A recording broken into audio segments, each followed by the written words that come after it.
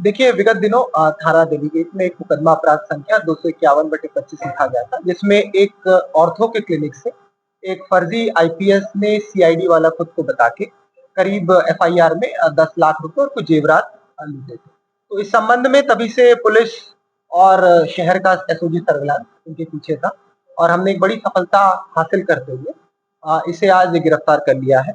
और मुझे बताते हुए बहुत खुशी है कि बहुत बड़ा अपराधी है, इंटर स्टेट अपराधी है। इसके खिलाफ 5 स्टेट में 10 मुकदमे पंजीकृत हैं और इस तरह का जो अपराधी मोडस ऑपरेंडी था कि ये सबसे पहले तो कलकत्ता में इसका एक इंस्टीट्यूट ऑफ अल्टरनेट मेडिसिन का इसकी एक शाखा थी, जहां से वह डॉक्टरों को फर्जी डिग्रियां वितरित करता था। तो ये जो इंस्टीट्यूट था, ये कोलकाता सीआईडी ने 2018 में बंद करा दिया था। तो इसको जानकारी थी कि पूरे इंडिया में कहाँ-कहाँ इस तरह के फर्जी डॉक्टर रहते हैं, उनकी क्या-क्या कमजोरियां हैं और वह इन्हीं कमजोरियों का फायदा उठाता था। तो इस तरह इस पे कई मुकदमे हैं, जहां ये अलग-अलग शहरों में जाता था, वहां कैब बुक करता था, ऐसे डॉक्टरों का पता लगाता था जो कि अपने क्षेत्र में काफी पॉपुलर है, जिन पे काफी जनता का जमावड़ा है।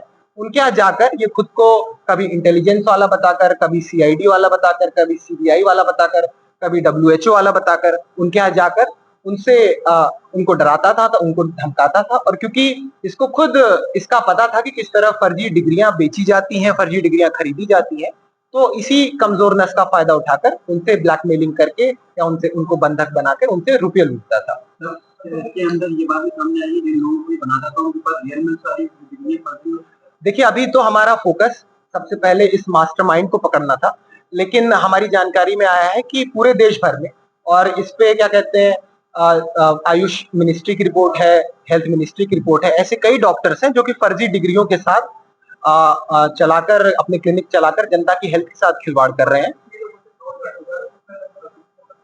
अब तक जो इसके रजिस्टर्ड मुकदमे हैं, क्योंकि इसमें एक बात बहुत ही गौर करने योग्य है, ये इन लोगों से फ्रॉड करता था ज्यादातर जो कि खुद ही फ्रॉड है, और ज्यादातर ये फ्रॉड 20,000, 25,000, 30,000 इस तरह करता था। तो मोस्ट ऑफ द पब्लिक या मोस्ट ऑफ द जो भी डॉक्टर्स है वो कभी सामने नहीं आते थे, मुकदमा दर्ज नहीं कराते थे।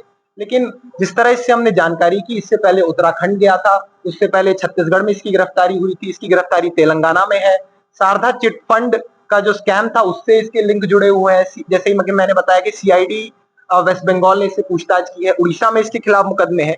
तो काफी इसका विस्तृत नेटवर्क है और ये मैं कहूंगा कि इसको गिरफ्तार करना इस मुकदमे में, इस विवेचना में एक शुरुआत भर है, क्योंकि हम इसके पैन नंबर से, इसके इनकम टैक्स रिटर्न से, इसके जितने भी ऑफशोर इंश्योर खाते हैं, जितने इसके डीमैट अकाउंट हैं, इससे जानकारी मिली है कि इसके पास कई क्रिप्टो के खाते हैं। तो क्योंकि ये फाइनेंशियल फ्रॉड है और फाइनेंशियल फ्रॉड जैसा कि आप जानते हैं उसको इन्वेस्टिगेट करना काफी इंट्रिकेट प्रोसेस है, बट हमने इसको गिरफ्तार किया और इससे हमने सारी डिटेल्स ले ली हैं। अभी गिरफ्तारी इसकी अलीगढ़ से हुई है, ये कलकत्ता का रहने वाला है, वैसे मूल रूप से उड़ीसा का। अकेला काम करता था इसका जो ये इस तरह की चीजें जहां डॉक्टरों को डराता धमकाता था, तो ये अकेला काम करता था। लेकिन इसके और भी अलग अलग बिजनेसेस हैं और भी अलग अलग इसकी शाखाएं हैं, जिसमें कई ग्रुप्स के नाम आए हैं, जो कि समय रहते हुए हम धीरे धीरे उनका खुलासा करेंगे। डॉक्टर देखिए क्या करता था कि किसी भी कैब वाले को पकड़ लेता था, उससे व्यवहार में पूछता था कि कौन कौन से डॉक्टर हैं जो पॉपुलर है, कहाँ कहाँ लोग जाते हैं क्षेत्र में।